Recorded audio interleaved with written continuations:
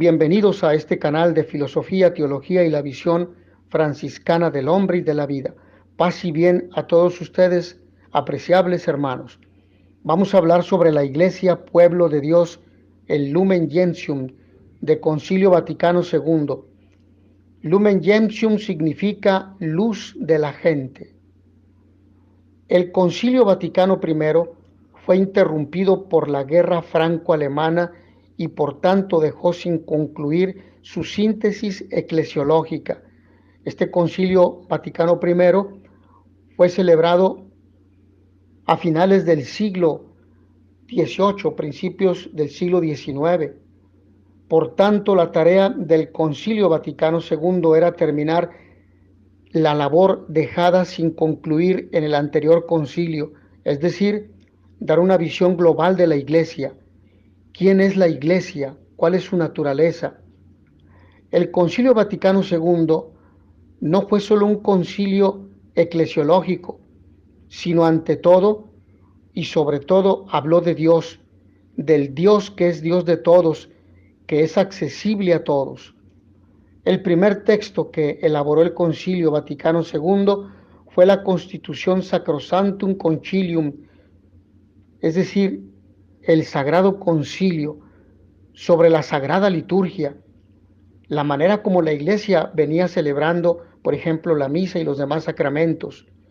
La misa en adelante sería celebrada en el idioma vernáculo de cada uno de los pueblos, con la finalidad de que todas las personas lograran entender el misterio que se estaba celebrando allí y además que pudieran participar, formar parte de esta asamblea, no solo por la presencia, sino porque entendían y respondían a cada una de las oraciones contenidas en el misal romano.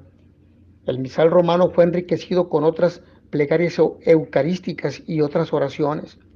Evidentemente esto causó un gran impacto y a muchos les disgustó. Sin embargo, esto fue benéfico porque muchas personas entendieron la celebración eucarística, ya no se quedaban dormidas en el momento, ni tampoco rezaban el rosario mientras estaba celebrando la Eucaristía, porque finalmente no entendían absolutamente nada.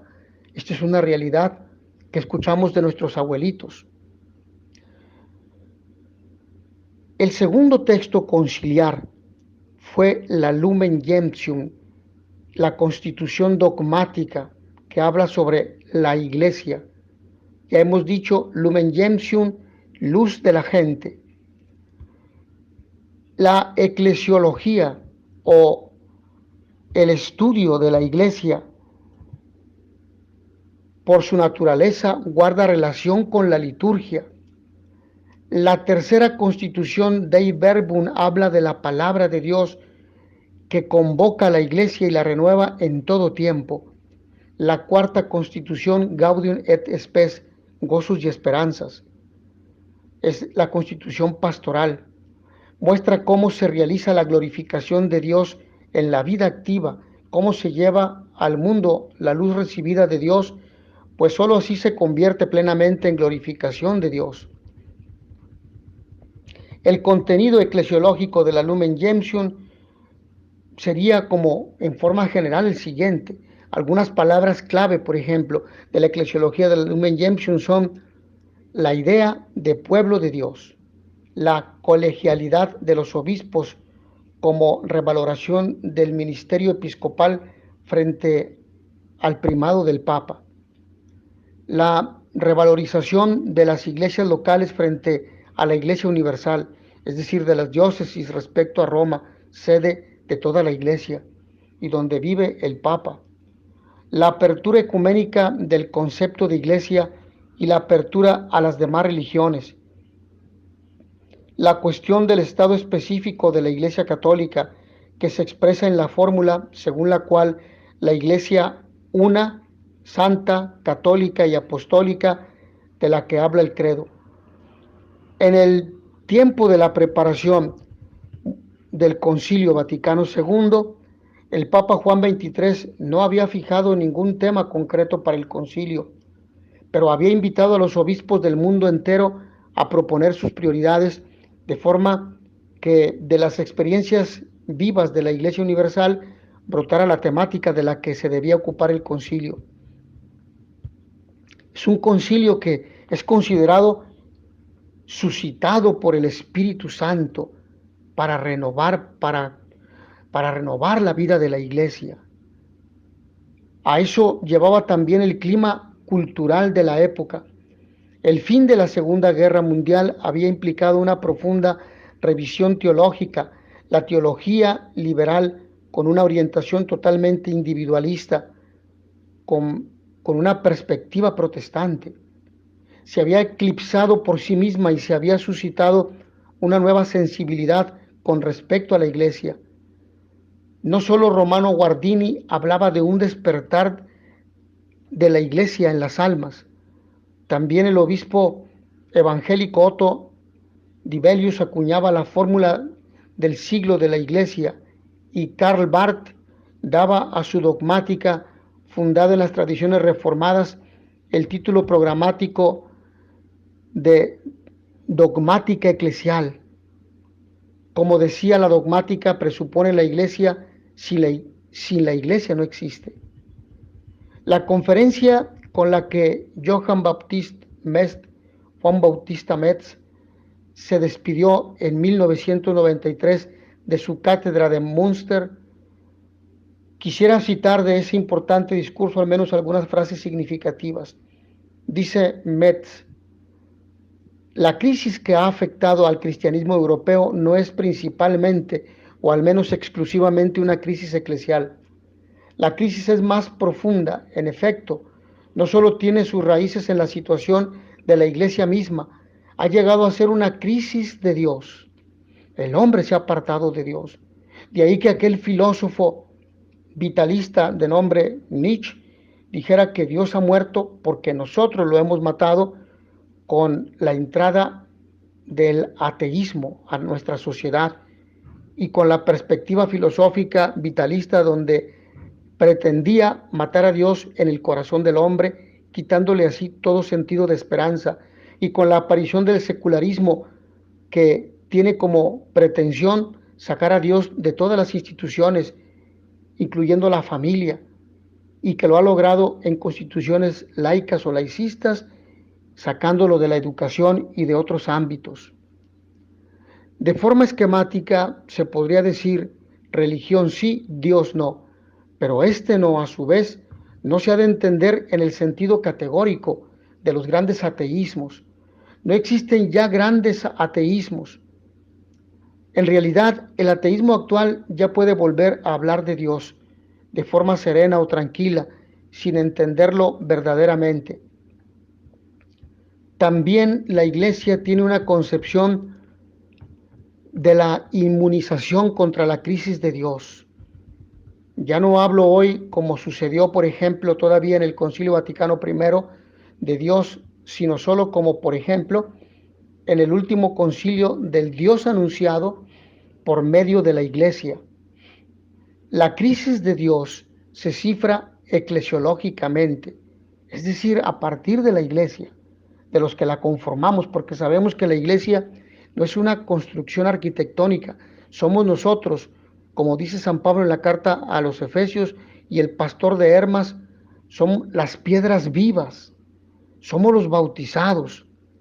Estas palabras, en labios del creador de la teología política, Metz, deben llamar nuestra atención.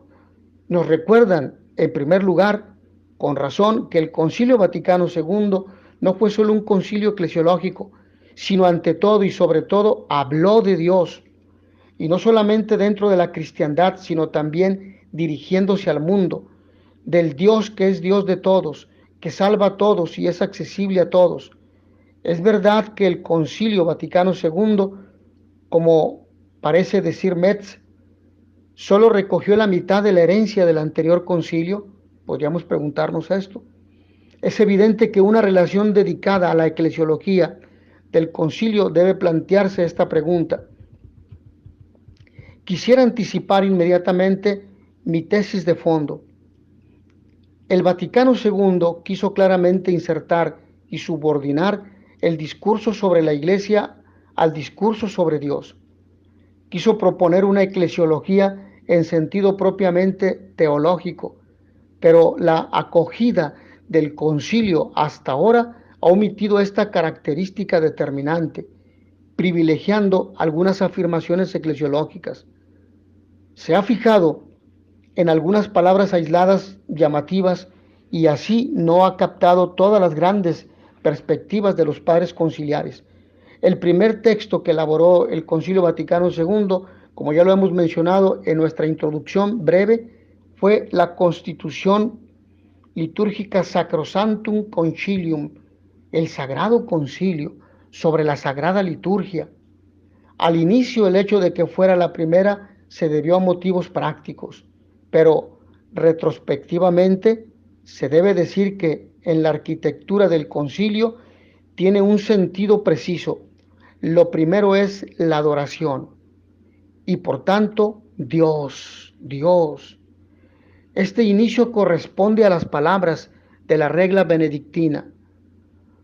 Operi Dei nihil preponatur.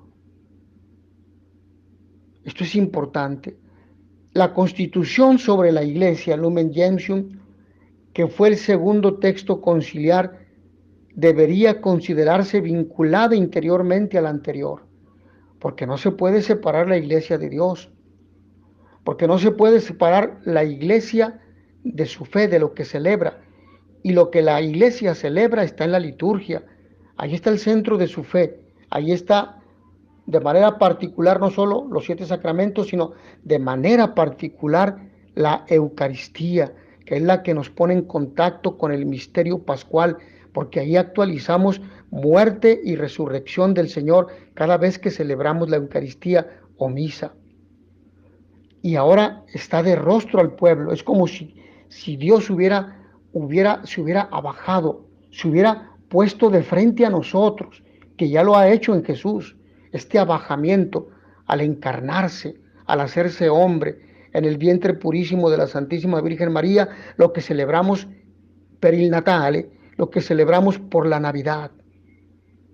La Iglesia se deja guiar por la oración, por la misión de glorificar a Dios, porque eso es la liturgia, es la glorificación de Dios y la santificación de los hombres. Esa es la definición que aprendimos al estudiar teología en el curso básico. La eclesiología o estudio de la Iglesia, por su naturaleza, guarda relación con la liturgia y por tanto también es lógico que la tercera constitución, Dei Verbum, la palabra de Dios, hable de la palabra de Dios que convoca a la Iglesia y la renueva en todo tiempo. Todo va unido.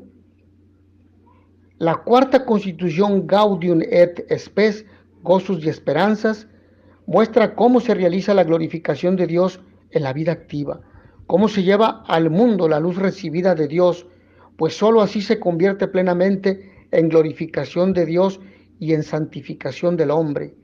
Ciertamente, en la historia del posconcilio, la Constitución sobre la liturgia no fue comprendida a partir de este fundamental primado de la adoración, sino más bien como un libro de recetas sobre lo que podemos hacer con la liturgia, lo cual es un error, porque no se debe perder el trasfondo, el fundamento, que es adorar a Dios.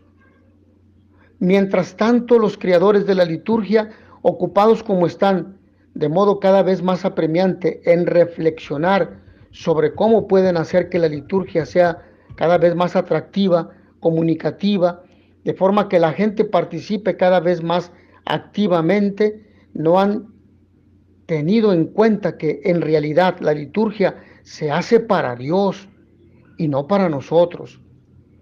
Sin embargo, cuanto más la hacemos para nosotros mismos, tanto menos atractiva resulta, porque la abaratamos, porque le quitamos su sentido profundo, porque todos perciben claramente que se ha perdido lo esencial. Hacemos teatro y no adoramos a Dios, no nos concentramos con el Señor, perdemos de vista esto, que es lo fundamental. Ahora bien, por lo que atañe a la eclesiología de la Lumen Gentium, ha quedado ante todo en la conciencia de la gente algunas palabras clave. La idea de pueblo de Dios es el nuevo pueblo de Dios, el pueblo santo de Dios.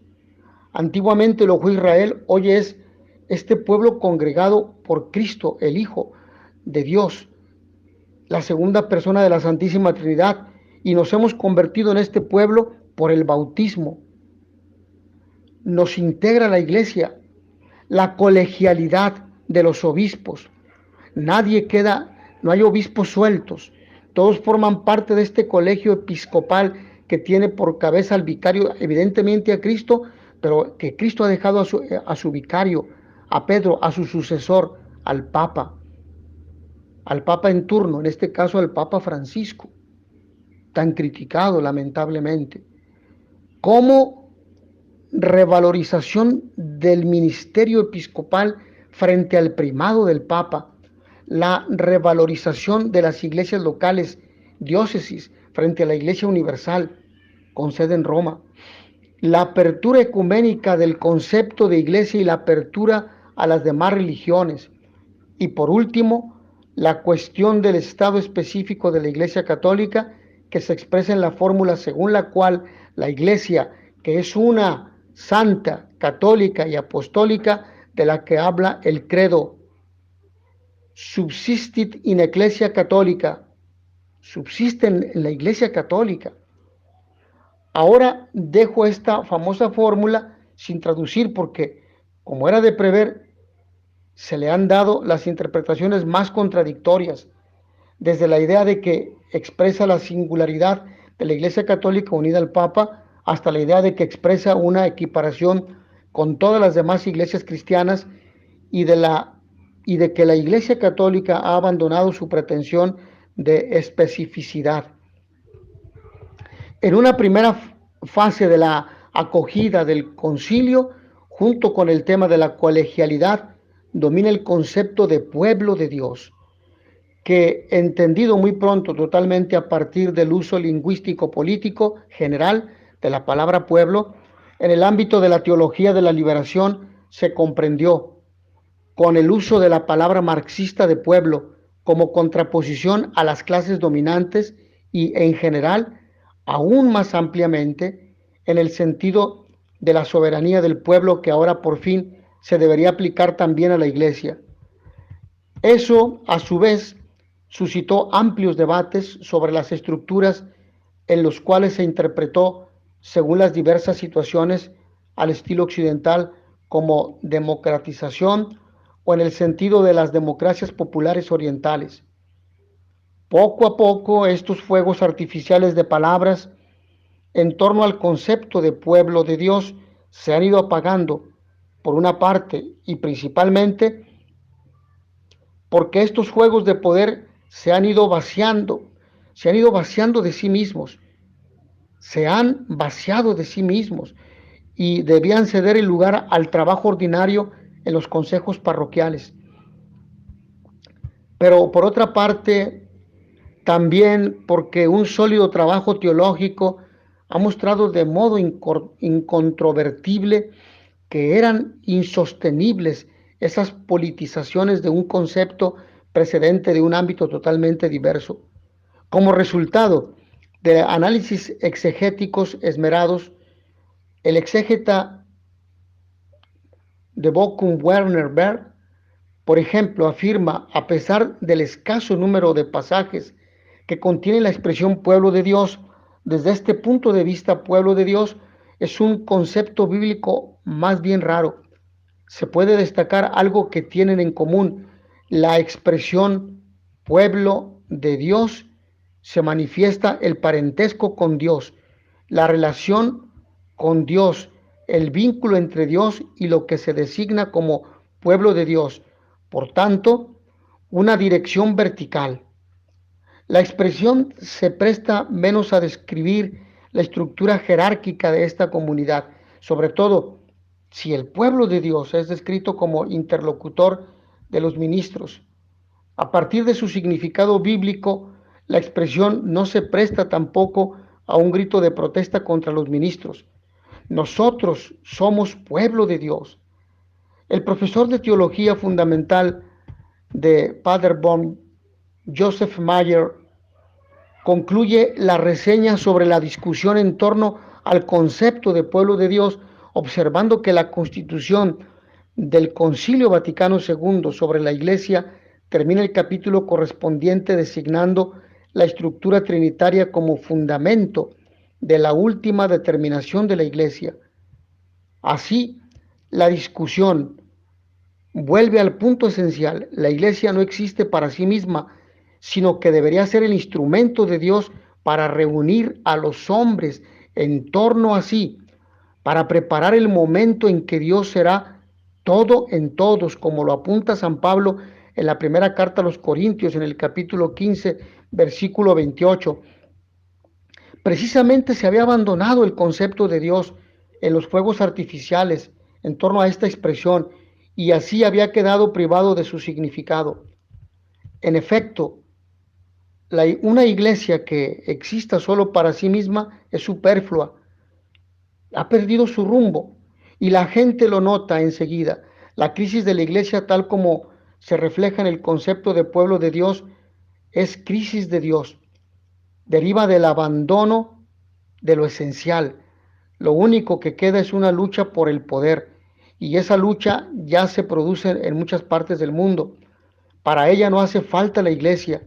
Ciertamente, se puede decir que más o menos a partir del Sínodo Extraordinario de 1985, que debía tratar de hacer una especie de balance de 20 años de posconcilio, se está difundiendo una nueva tentativa que consiste en resumir el conjunto de la eclesiología conciliar con el concepto básico eclesiología de comunión. Todos los elementos esenciales del concepto cristiano de comunión se encuentran reunidos en el famoso pasaje de la primera carta de San Juan, que se puede considerar el criterio de referencia para cualquier interpretación cristiana correcta de la comunión. Lo que hemos visto y oído, o se los anunciamos a ustedes. Nadie nos lo ha dicho, nosotros lo hemos visto y oído. Es decir, somos testigos. Es el llamado a ser testigos, a fin de que vivan también en comunión con nosotros, y esta comunión nuestra es con el Padre y con su Hijo Jesucristo. Les describimos esto para que nuestro gozo sea perfecto. Primera carta de San Juan, capítulo 3, versículo 1. Lo primero que se puede destacar de este texto es el punto de partida de la comunión, el encuentro con el Hijo de Dios, Jesucristo. Llega a los hombres a través del anuncio de la iglesia. Así nace la comunión de los hombres entre sí, la cual a su vez se funda en la comunión con el Dios uno y trino. A la comunión con Dios se accede a través de la realización de la comunión de Dios con el hombre, que es Cristo en persona. El encuentro con Cristo crea comunión con Él mismo y por tanto con el Padre en el Espíritu Santo, y a partir de ahí une a los hombres entre sí. Todo esto tiene como finalidad el gozo perfecto. La iglesia entraña una dinámica escatológica. Esto quiere decir que apunta al fin de los tiempos, pero que la historia humana no termina con la muerte del cuerpo, sino que existe aquella realidad anunciada por Jesús, vivir con Él para siempre en el cielo, o los hombres que han decidido rechazarlo para siempre, el infierno, o aquellos que vamos entre caídas y levantadas y que no hemos aprendido a madurar humana ni espiritualmente en nuestra fe, y por lo tanto estaremos en el purgatorio, en situación de purificación. En la expresión gozo perfecto se percibe la referencia a los discursos de despedida de Jesús y por consiguiente al misterio pascual y a la vuelta del Señor en las apariciones pascuales. Se tiende a su vuelta plena en el nuevo mundo. Ustedes se entristecerán, pero su tristeza se convertirá en gozo. De nuevo les veré y se alegrará su corazón. Pidan y recibirán para que su gozo sea perfecto. Esto lo encontramos en Juan, en el capítulo 16, versículo 20, versículo 22 y 24. Si se compara la última frase citada con Lucas capítulo 11, versículo 13, la invitación a la oración en San Lucas, aparece claro que gozo y Espíritu Santo son equivalentes y que en la primera carta del apóstol San Juan, en el capítulo primero, versículo 3, detrás de la palabra gozo se oculta el Espíritu Santo sin mencionarlo expresamente. Así pues, a partir de este marco bíblico, la palabra comunión tiene un carácter teológico, cristológico, histórico, salvífico y eclesiológico. Por consiguiente, encierra también la dimensión sacramental que en San Pablo aparece de forma plenamente explícita. El cáliz de bendición que bendecimos no es la comunión de la sangre de Cristo, y el pan que partimos no es la comunión del cuerpo de Cristo, porque el pan es uno, aun siendo muchos somos un solo cuerpo, pues todos participamos de ese único pan. Lo que dice San Pablo en la primera carta a los Corintios, en el capítulo 10, versículo 16 al 17. La eclesiología de comunión es, en su aspecto más íntimo, una eclesiología eucarística. Se sitúa muy cerca de la eclesiología eucarística que teólogos ortodoxos han desarrollado de modo convincente en nuestro siglo. En ella, la eclesiología se hace más concreta y a pesar de ello sigue siendo totalmente espiritual, trascendente y escatológica. En la Eucaristía, Cristo presente en el pan y el vino y dándonos siempre de forma nueva, edifica la iglesia como su cuerpo. Cristo se da siempre de forma nueva y por medio de su cuerpo resucitado nos une al Dios uno y trino y entre nosotros. La Eucaristía se celebra en los diversos lugares y a pesar de ello al mismo tiempo es siempre universal porque existe un solo Cristo y un solo cuerpo de Cristo. La Eucaristía incluye el servicio sacerdotal de la representación de Cristo y por tanto la red del servicio, la síntesis de unidad y multiplicidad que se manifiesta ya en la palabra comunión. Así se puede decir sin lugar a dudas que este concepto entraña una síntesis eclesiológica que une el discurso de la Iglesia al discurso de Dios y a la vida que procede de Dios y que se vive con Dios. Una síntesis que recoge todas las intenciones esenciales de la eclesiología del Vaticano II y la relaciona entre sí de modo correcto. Lumen Gentium también nos presenta brevemente las diversas imágenes de la Iglesia, todas las cuales representan a la única Iglesia, esposa, casa de Dios, familia de Dios, templo de Dios, la ciudad santa, nuestra madre, la Jerusalén celestial, la grey de Dios, etc. Al final, eso se concreta ulteriormente. Recibimos una respuesta muy práctica a la pregunta, ¿qué es esta única Iglesia universal, la cual precede ontológica y temporalmente a las iglesias locales? ¿Dónde está? ¿Dónde podemos verla actuar? La Constitución responde hablándonos de los sacramentos. En primer lugar está el bautismo. Es un acontecimiento trinitario. Esto quiere decir totalmente teológico, mucho más que una socialización vinculada a la iglesia local, como por desgracia a menudo se dice hoy, desnaturalizando el concepto.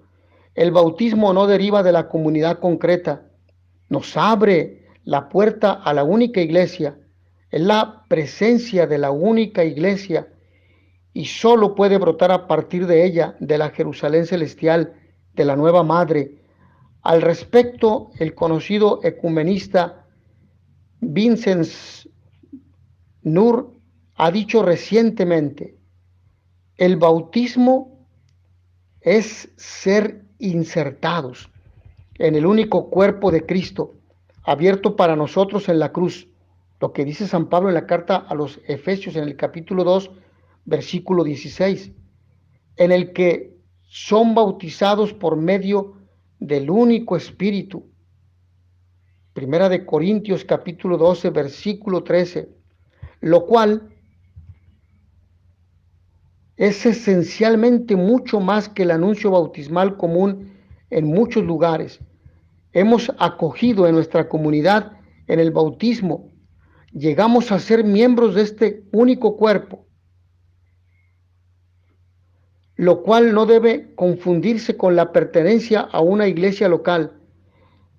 De él forma parte la única esposa y el único episcopado, en el cual, como dice San Cipriano, solo se participa en la comunión de los obispos. En el bautismo de la Iglesia Universal precede continuamente a la iglesia local y la constituye. Quien habla del bautismo, de por sí habla también de la palabra de Dios, que para la iglesia entera es solo una y continuamente la precede en todos los lugares, la convoca y la edifica. Esta palabra está por encima de la iglesia y a pesar de ello está en ella. Ha sido encomendada a ella como sujeto vivo. Para estar presente de modo eficaz en la historia, la palabra de Dios necesita este sujeto. Pero este sujeto, a su vez, no subsiste sin la fuerza vivificante de la palabra, que ante todo la hace sujeto. Cuando hablamos de la palabra de Dios, nos referimos también al credo, que está en el centro del evento bautismal. Es la modalidad con la que la iglesia acoge la palabra y la hace propia, siendo de algún modo palabra y al mismo tiempo respuesta. También aquí está presente la Iglesia Universal, la única iglesia, de modo muy concreto y perceptible.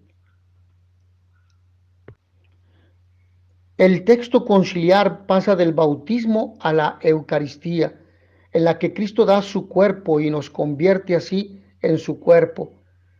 Este cuerpo es único. Así, nuevamente, la Eucaristía para toda la iglesia local es el lugar de la inserción en el único Cristo, el llegar a ser uno con todos los que participan en la comunión universal que une el cielo y la tierra, a los vivos y a los muertos, el pasado, el presente y el futuro, y abre a la eternidad.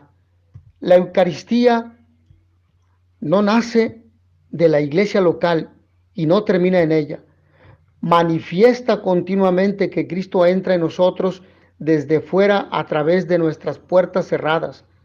Viene continuamente a nosotros desde fuera, desde el único y total cuerpo de Cristo, y nos introduce en él. Este extra nos del sacramento se revela también en el misterio del obispo y del presbítero.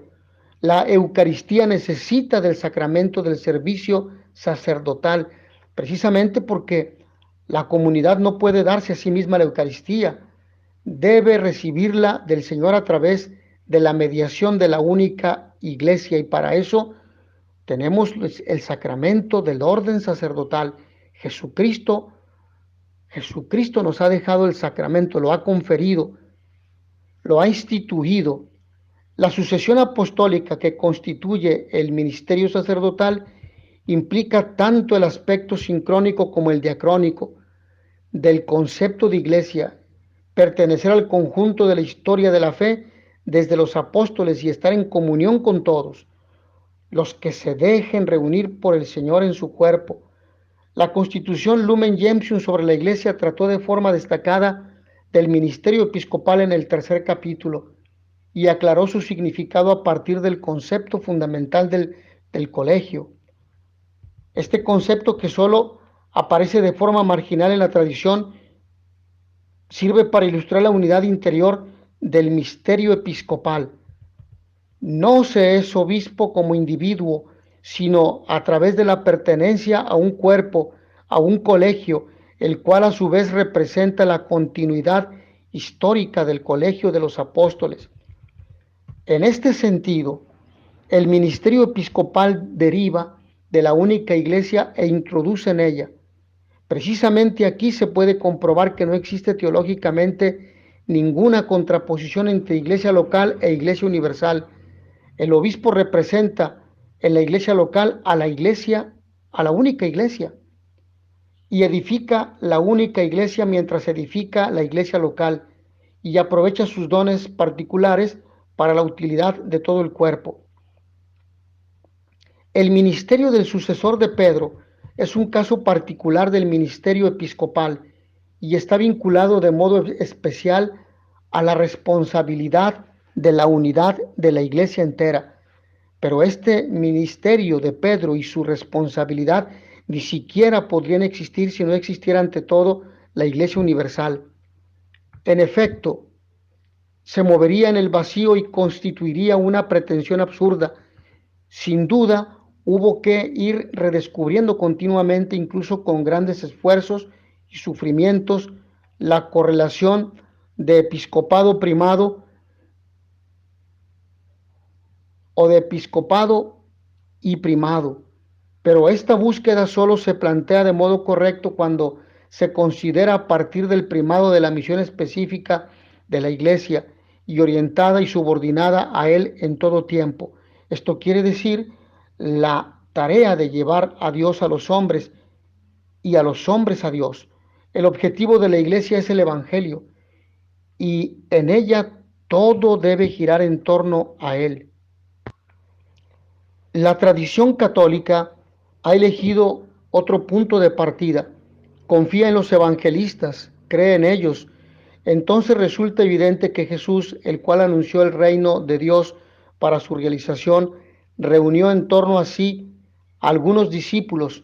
No solo les dio su palabra como nueva interpretación del Antiguo Testamento, sino también en el sacramento de la Última Cena les hizo el don de un nuevo centro unificante, por medio del cual todos los que se profesan cristianos de un modo totalmente nuevo llegan a ser uno con Él, hasta el punto de que San Pablo pudo designar esa comunión como formar un solo cuerpo con Cristo, como la unidad de un solo cuerpo en el Espíritu Santo.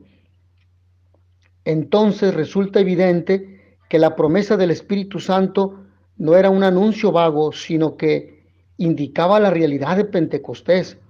Es decir, la iglesia no fue pensada y hecha por los hombres, sino que fue creada por medio del Espíritu. Es y sigue siendo criatura del Espíritu. Y esto es fundamental. Entonces, la institución y el Espíritu están en la iglesia en una relación muy diversa de la que mencionadas corrientes de pensamiento quisieran surgirnos. Entonces la institución no es simplemente una estructura que se puede cambiar o derribar a placer, que no tendría nada que ver con la realidad de la fe como tal. En consecuencia, esta forma de corporeidad pertenece a la iglesia misma. La iglesia de Cristo no está oculta de modo inaferrable detrás de las múltiples configuraciones humanas, sino que existe realmente como iglesia verdadera que se manifiesta en la profesión de fe, en los sacramentos y en la sucesión apostólica. Por consiguiente, el Vaticano II, con la fórmula del subsistit, de acuerdo con la tradición católica, quería decir exactamente lo contrario de lo que dice el relativismo eclesiológico. La iglesia de Jesucristo existe realmente. Él mismo la quiso y el Espíritu Santo la crea continuamente desde Pentecostés. Está en el deseo de Cristo su institución, está en el deseo de Cristo que es su fundador, a pesar de que todos los límites humanos, o a pesar de todos los límites humanos, y la sostiene en su identidad esencial. La institución no es una exterioridad inevitable, pero teológicamente irrelevante o incluso perjudicial, sino que en su núcleo esencial pertenece a la realidad concreta de la encarnación. El Señor mantiene su palabra. Las puertas del infierno no prevalecerán contra ella. Al llegar a este punto resulta necesario analizar un poco más a fondo el sentido de la palabra subsistit. Con esta expresión el concilio se aparta de la fórmula de Pío XII que en su encíclica Mystici Corporis Christi, el cuerpo místico de Cristo, había dicho: la Iglesia Católica en latín es, el único cuerpo de Cristo. En la diferencia entre subsistit y est subyace todo el problema ecuménico.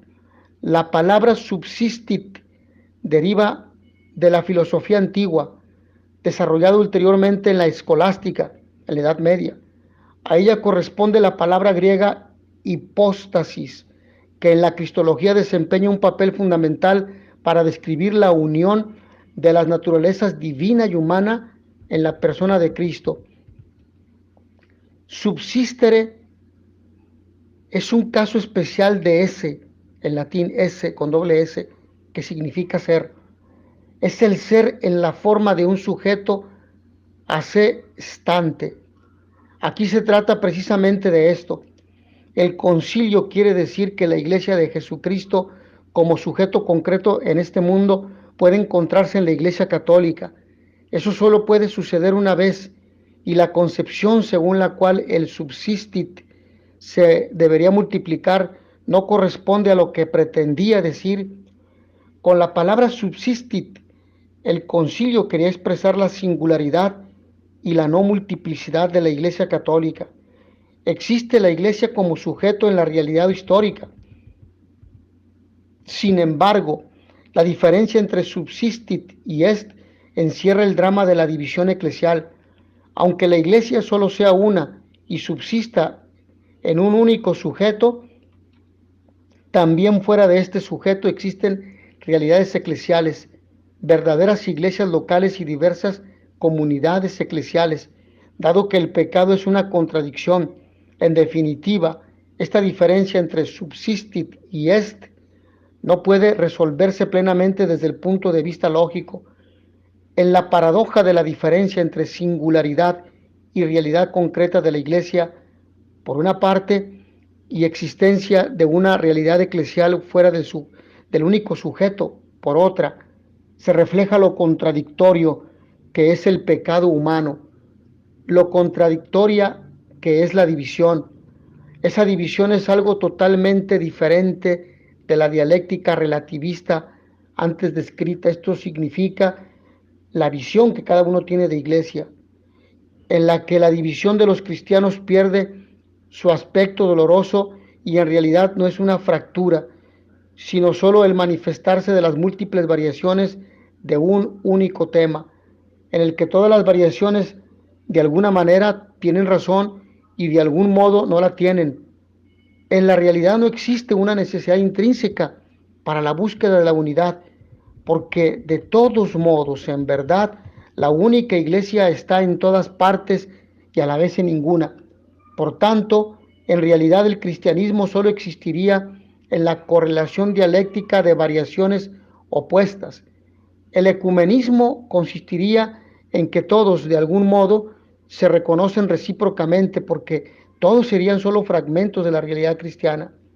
El ecumenismo sería, por consiguiente, resignarse a una dialéctica relativista, dado que el Jesús histórico pertenece al pasado y de cualquier modo la verdad sigue estando escondida. La visión del concilio es muy diversa.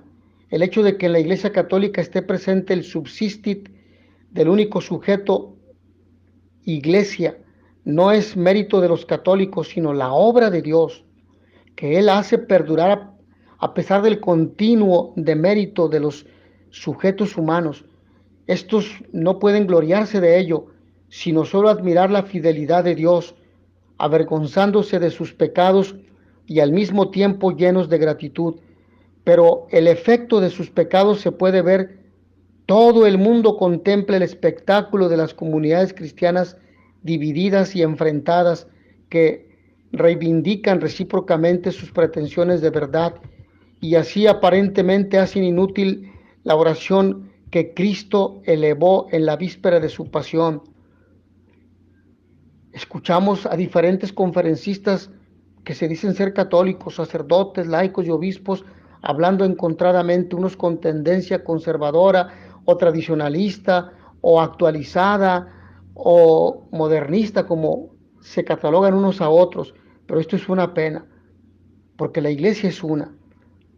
Mientras la división como realidad histórica es perceptible a todos, la subsistencia de la única iglesia en la figura concreta de la Iglesia Católica solo se puede percibir como tal por la fe. El Concilio Vaticano II advirtió esta paradoja y precisamente por eso declaró que el ecumenismo es un deber, como búsqueda de la verdadera unidad, y la encomendó a la Iglesia del futuro. Así llegamos a la conclusión. Quien quiere comprender la orientación de la eclesiología conciliar no puede olvidar los capítulos del 4 al 7 de la Constitución Dogmática Lumen Gentium, Luz de las Gentes, en los que se habla de los laicos, de la vocación universal a la santidad, de los religiosos y de la orientación escatológica de la Iglesia. En esos capítulos se vuelve a destacar una vez más el objetivo intrínseco de la Iglesia, lo que es más esencial a su existencia. Se trata de la santidad, de cumplir la voluntad de Dios, de que en el mundo exista espacio para Dios, de que pueda Dios habitar en él y así el mundo se convierta en su reino. La santidad es algo más que una cualidad moral, es el habitar de Dios con los hombres, de los hombres con Dios, la tienda de Dios entre nosotros y en medio de nosotros, como bien decía el evangelista y apóstol San Juan en su evangelio en el capítulo 1, versículo 14, en el prólogo de ese evangelio. Se trata del nuevo nacimiento, no de carne ni de sangre, sino de Dios. San Juan 1:13. La orientación a la santidad es lo mismo que la orientación escatológica, y de hecho ahora esa orientación a la santidad a partir del mensaje de Jesús es fundamental para la iglesia. La iglesia existe para convertirse en morada de Dios en el mundo. Tenemos que ser casa de Dios, como dice San Pablo, templos vivos del Espíritu Santo, donde habite Dios, el Dios vivo, resucitado, que se note en nuestras palabras, en nuestra mirada, en nuestras acciones. Siendo así santa la iglesia. Por ser más santos se debería competir en la iglesia y no sobre mayores o menores derechos de precedencia, ni sobre quién debe ocupar los primeros lugares, ni quién sabe más y quién sabe menos, y quién está en la verdad y quién está en la mentira. La preocupación es amar a Dios y hacer que la humanidad lo ame. Y para eso tenemos que dar ejemplo. Palabras sí, pero más ejemplo, más vida. Y todo esto una vez más se haya recogido y sintetizado en el último capítulo de la Constitución sobre la Iglesia, que trata de la Madre del Señor, el capítulo 8, que nos habla de la bienaventurada Virgen María, donde nos la presenta como corredentora, como hermana de la Iglesia, como hermana nuestra. A primera vista, la inserción de la Mariología dentro de la eclesiología que realizó el concilio podría parecer más bien casual. Desde el punto de vista histórico, es verdad que esta inserción la decidió una mayoría muy relativa de padres, pero desde un punto de vista más interior, esta decisión corresponde perfectamente a la orientación del conjunto de la Constitución. Solo entendiendo esta correlación se entiende correctamente la imagen de la Iglesia que el concilio quería trazar. En esta decisión se aprovecharon las investigaciones de Rahner, de Moller, de Laurentin y de Karl Delay, gracias a los cuales la Mariología y la eclesiología se renovaron y profundizaron al mismo tiempo. Sobre todo Hugo Rahner, me he referido a Hugo Rahner, mostró de modo notable a partir de las fuentes que toda la Mariología fue pensada y enfocada por los santos padres, ante todo como eclesiología. La iglesia es virgen y madre. Ya Juan 23 la había llamado madre y maestra, mater et magistra, madre y maestra. Fue concebida sin pecado y lleva el peso de la historia, sufre a pesar de eso, ya está elevada a los cielos. En el curso del desarrollo sucesivo se revela muy lentamente que la iglesia es anticipada en María, es personificada en María y que viceversa, María no es un individuo aislado, cerrado en sí mismo, sino que entraña todo el misterio de la iglesia. La persona no está cerrada de forma individualista y la comunidad no se comprende de forma colectivista, como todos sin rostro, como una masa deforme, de modo impersonal. Ambas se suponen o se superponen recíprocamente de forma inseparable. Esto vale ya para la mujer del Apocalipsis, tal como aparece en el capítulo 12 de ese libro. No es correcto limitar esta figura exclusivamente de modo individualista a María, porque en ella se contempla al mismo tiempo a todo el pueblo de Dios, el antiguo y el nuevo Israel, que sufre y en el sufrimiento es fecundo. Pero tampoco es correcto excluir de esta imagen a María, la madre del Redentor. Así, en la superposición entre persona y comunidad, como la encontramos en este texto, ya está anticipada la relación íntima entre María y la Iglesia, que luego se desarrolló lentamente en la teología de los padres y al final la recogió el concilio. El hecho de que más tarde se hayan separado, de que María haya sido considerada como un individuo lleno de privilegios y por eso infinitamente lejano a nosotros, y de que la iglesia a su vez haya sido vista como o de modo impersonal y puramente institucional, ha dañado en igual medida tanto a la mariología, es decir, al estudio de la Virgen María, como a la eclesiología, que es el estudio de la iglesia. Aquí han influido las divisiones que ha realizado de modo particular el pensamiento occidental y que por lo demás tienen sus buenos motivos. Pero si queremos comprender correctamente a la Iglesia y a María, debemos saber volver a la situación anterior a esas divisiones para entender la naturaleza superindividual de la persona y superinstitucional de la comunidad, precisamente donde la persona y la comunidad se remiten a su origen a partir de la fuerza del Señor del nuevo Adán. La visión mariana de la Iglesia y la visión eclesial histórico-salvífica de María nos llevan en definitiva a Cristo y al Dios Trino, porque aquí se manifiesta lo que significa la santidad, lo que es la morada de Dios en el hombre y en el mundo, lo que debemos entender por tensión escatológica de la Iglesia. Solo así el capítulo de María se presenta como culmen de la eclesiología conciliar y nos remite a su punto de partida cristológico, es decir, en Cristo y trinitario, en la Santísima Trinidad. Para ofrecer una muestra de la teología de los padres, quisiera proponer como conclusión final un texto de San Ambrosio, elegido por Hugo Ranner. Así pues, estén firmes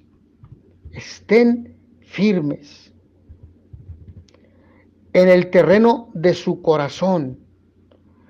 El apóstol nos explica lo que significa estar. Moisés lo escribió: el lugar en el que estás es tierra santa. Nadie está, si no es quien está firme en la fe. Y también está escrito: pero tú estás firme conmigo. Tú estarás firme conmigo si estás en la iglesia. La iglesia es la tierra santa sobre la que debemos estar. Por tanto, está firme, está en la iglesia, está firme donde quiero aparecerme a ti. Allí estaré junto a ti. Donde está la iglesia, allí es el lugar firme de tu corazón. Sobre la iglesia se apoyan los cimientos de tu alma. En efecto, en la iglesia yo me he aparecido a ti, como lo hice en otro tiempo en la zarza ardiente. La zarza eres tú, yo soy el fuego. Fuego en la zarza, yo soy en tu carne.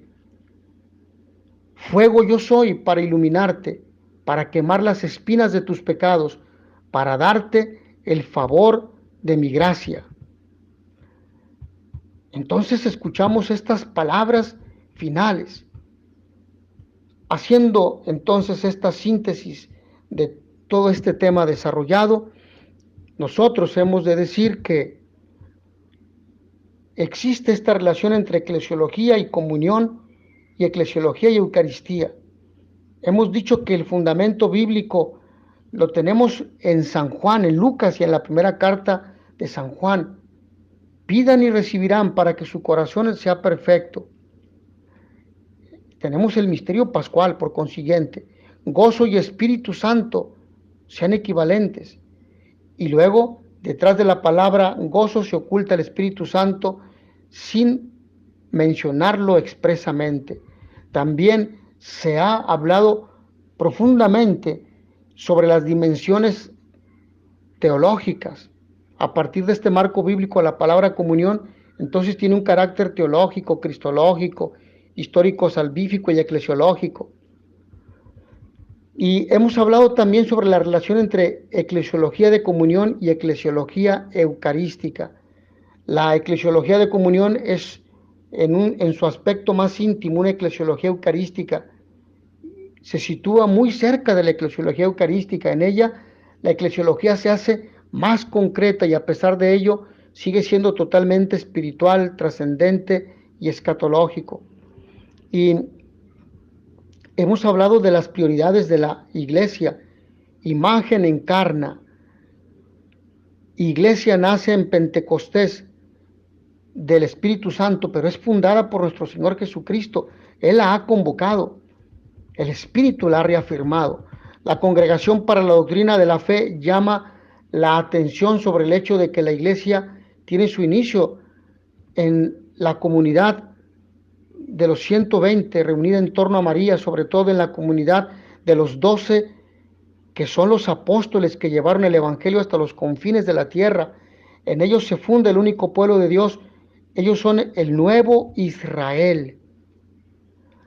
Y hemos hablado también de la iglesia católica, la catolicidad que se expresa en todos los lenguajes. La lengua como una anticipación de la católica. La iglesia desde el primer instante está orientada al catolón, que abarca todo el universo. Y finalmente, bueno, hemos hablado sobre la universalidad misionera, llamados a anunciar al único Dios vivo y verdadero. La iglesia en los 12 es engendrada por el único Espíritu desde el primer instante para todos los pueblos. No debemos jamás tener la tentación de desencajarla o de separarla de Cristo. Y finalmente, la visión de la iglesia, que es una santa, católica y apostólica, que así lo hemos dicho, que lo hemos mencionado y que se expresa en nuestra confesión de fe. La iglesia es jerárquica. La iglesia también está constituida por los laicos, porque de ahí surgen las vocaciones del pueblo santo de Dios. Y en el bautismo la iglesia universal precede continuamente a la iglesia local y la constituye. Pues hasta aquí, mis hermanos, en esta reflexión sobre la iglesia, pueblo de Dios, en la Lumen Gentium de Concilio Vaticano II. Que a todos ustedes el Señor los bendiga y les dé la paz.